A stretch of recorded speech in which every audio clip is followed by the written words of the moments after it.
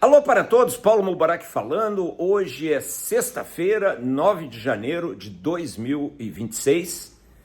Sexta da maldade. Quem é que fez a maldade dessa vez? Fazendo uma pesquisa ontem em livros, no YouTube. Você pode encontrar no YouTube, talvez você não encontre em português, somente em inglês. Tente no YouTube, se você sabe inglês, CEOs who destroy their companies.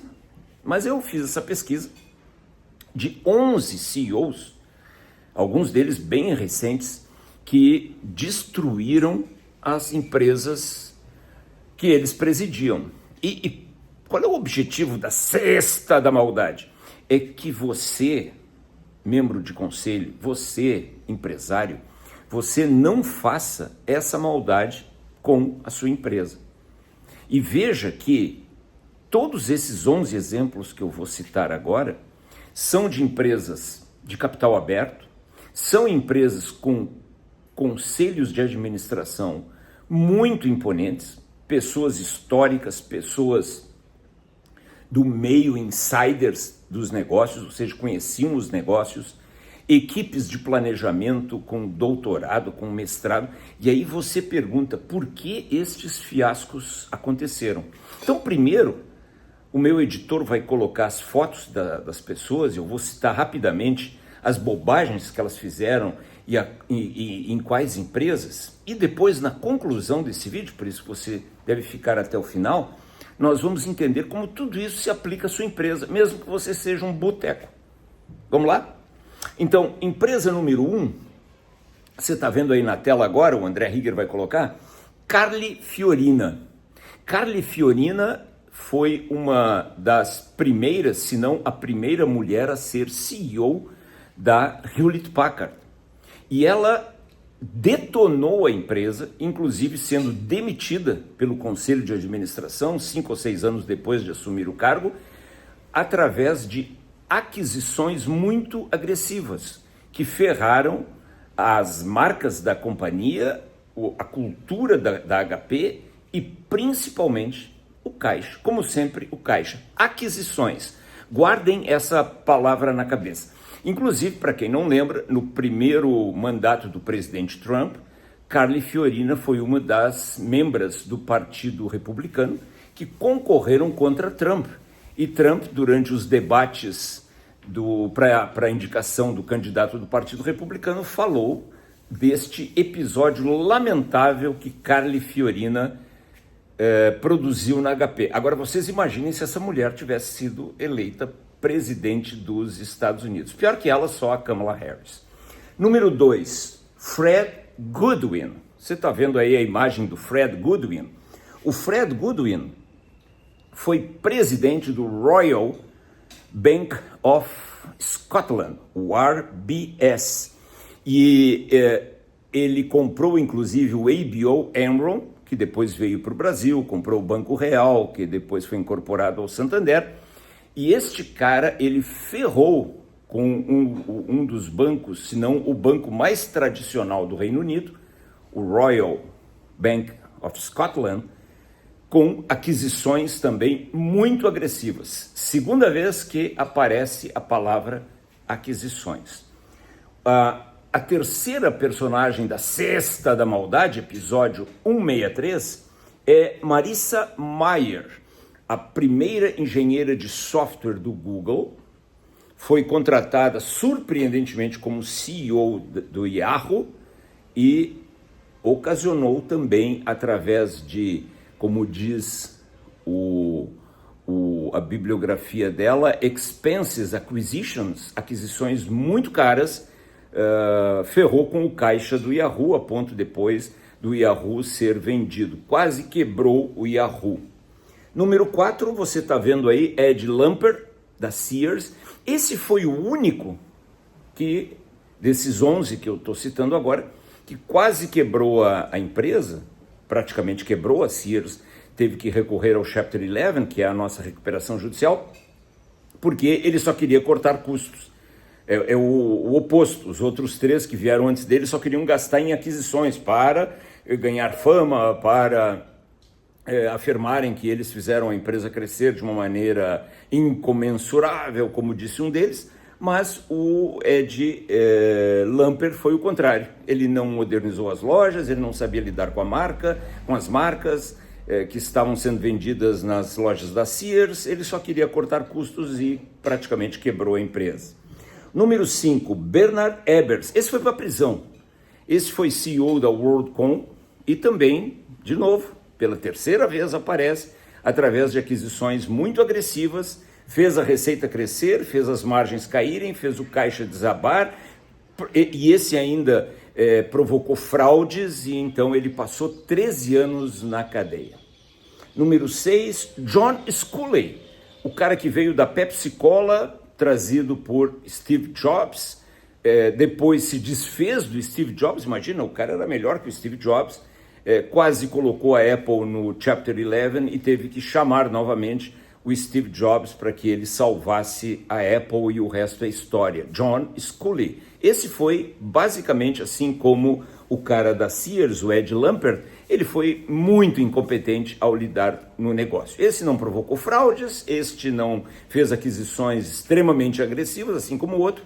Foram os únicos dois dessa longa lista de 11, mas ferrou a empresa não sabendo tocar o negócio. 7. Martin Winterkorn. Esse cara, ele quase foi preso, foi processado, presidente da Volkswagen, aquele famoso caso das emissões de carbono que foram fraudadas nos Estados Unidos. Martin Winterkorn, Doctor, fraude, gastos muito altos e toda essa receita do terror nas empresas.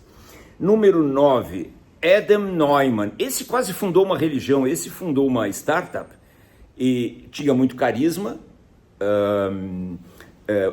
O nome da startup era WeWork, destinada a criar espaços de trabalho naquela onda da pandemia, naquela onda do trabalho remoto, dos espaços de coworking, e foi um fiasco completo. Tentou abrir o capital 2 vezes, 3 vezes, não conseguiu.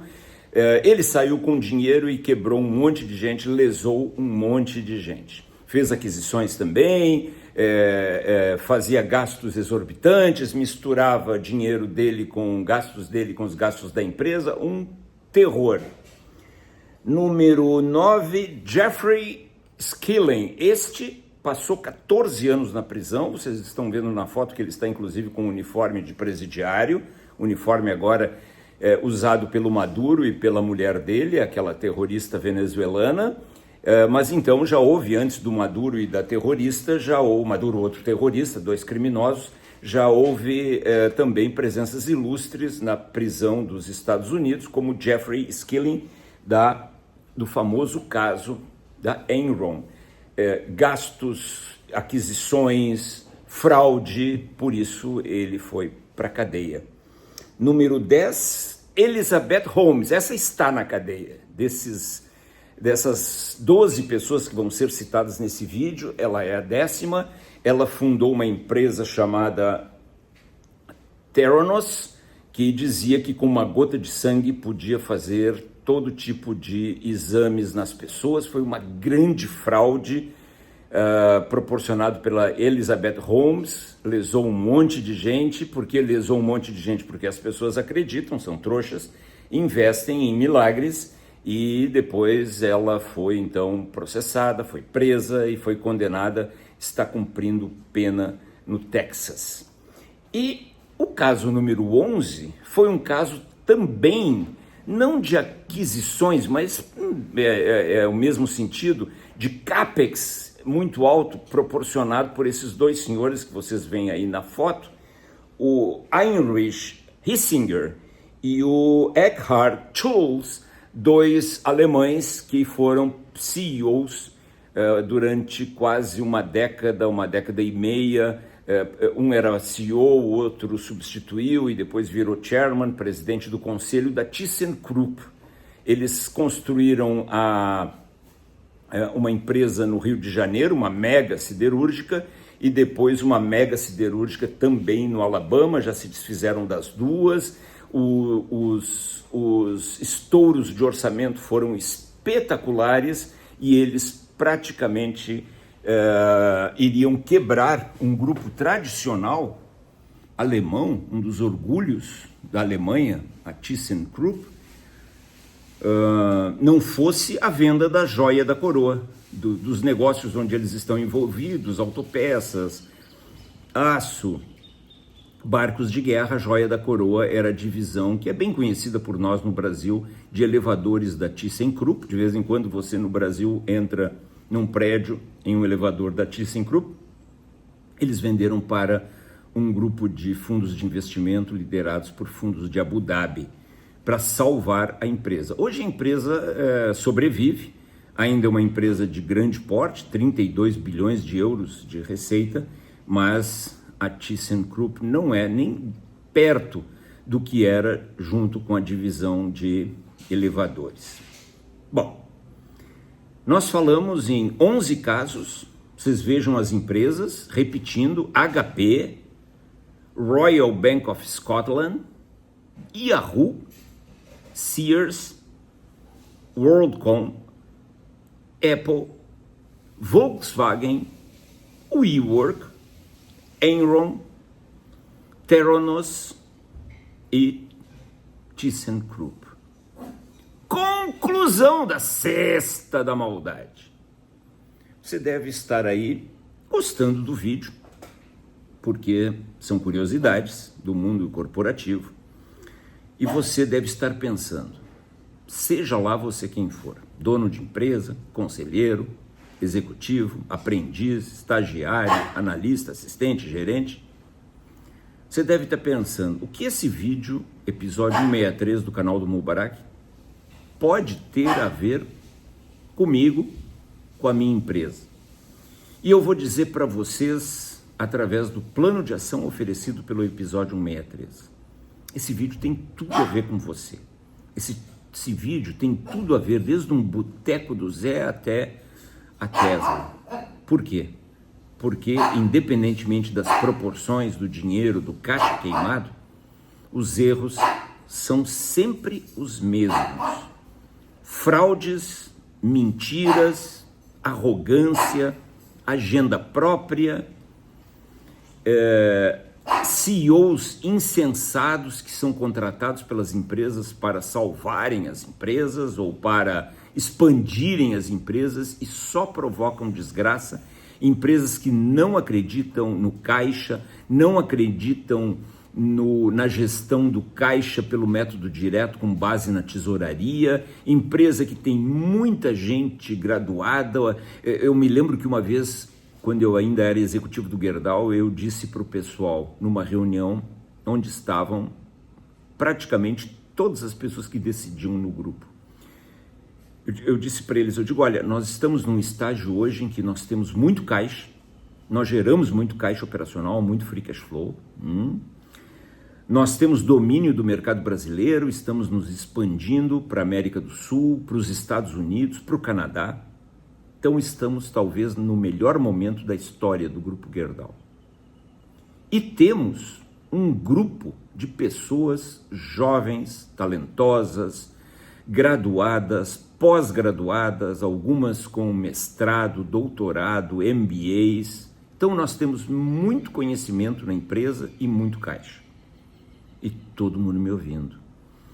E eu disse, e portanto, temos a receita do bolo para fazermos grandes cagadas.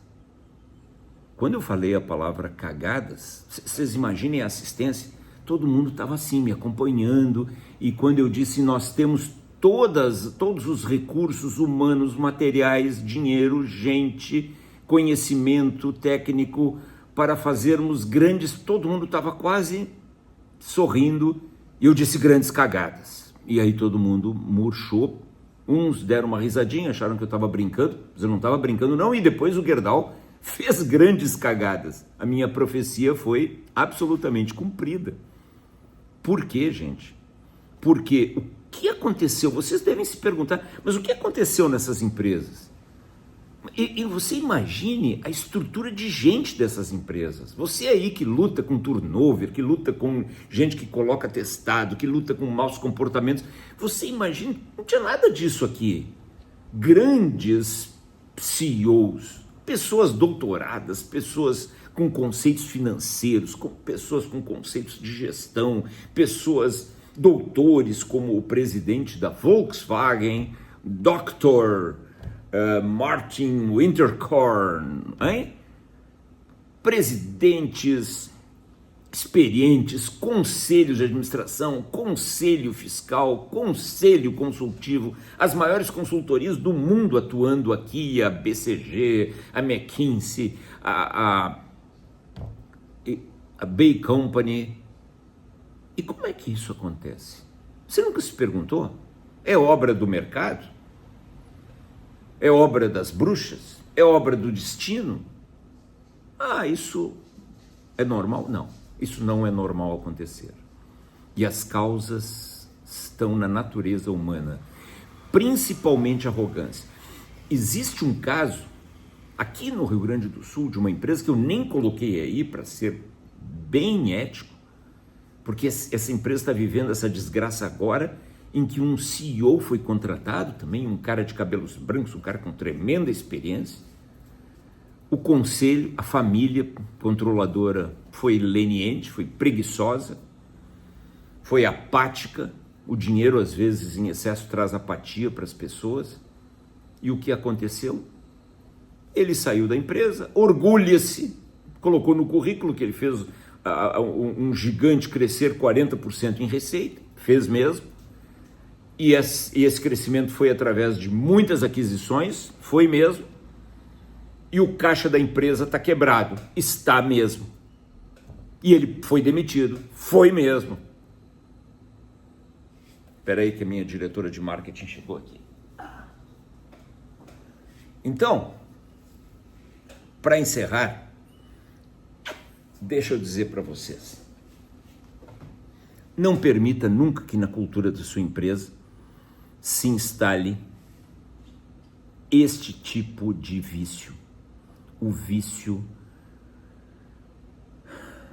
da autoagenda, o vício de quem não gosta mais da empresa e só quer fazer a sua própria caminhada para depois ir para o mercado, para depois participar do conselho e infelicitar outras empresas, para depois... O problema desses caras é que muitas vezes eles atuam conforme, contra a lei da gravidade, eles caem, mas caem para cima, vão ser CEOs de outras empresas. Não deixe que isso se instale na sua empresa, a agenda própria, o desgosto pela empresa, a falta de humildade. Todos CEOs deveriam, antes de começar, fazer uma promessa a Deus, um compromisso de absoluta humildade. Esses caras não foram franciscanos, esses caras gastaram o dinheiro dos outros, estes caras, como o caso da Elizabeth Holmes, mentiram, como o caso do Adam Neumann, que fazia discursos quase carismáticos do WeWork e foi uma grande fraude. Vocês vejam, alguém vai me dizer, mas ele, como alguém já me disse, mas ele hoje, Mubarak, ele dá palestras por aí e saiu com uma fortuna de 2 bilhões de dólares. É verdade. Se deu bem, o maluco. Agora, eu fico pensando quando alguém me diz isso, mas ele se deu bem. Eu fico pensando, mas eu estou diante de que tipo de pessoa? O negócio então é se dar bem? Não interessa que ele tenha lesado fundos de investimento, que ele tenha lesado a expectativa de muitos funcionários. Muita gente perdeu emprego, muita gente perdeu suas pensões, muita gente perdeu muito dinheiro. Isso não interessa, desde que ele se dê bem. É claro que interessa para gente de bem como eu e você que está me assistindo. Isso aqui é o esgoto do mundo corporativo. Não permita que isso aconteça na sua empresa. Faça um plano de ação para reforçar a cultura da sua empresa baseada em caixa e humildade. Paulo Mubarak gravou a Sexta da Maldade, episódio 163, 9 de janeiro de 2026.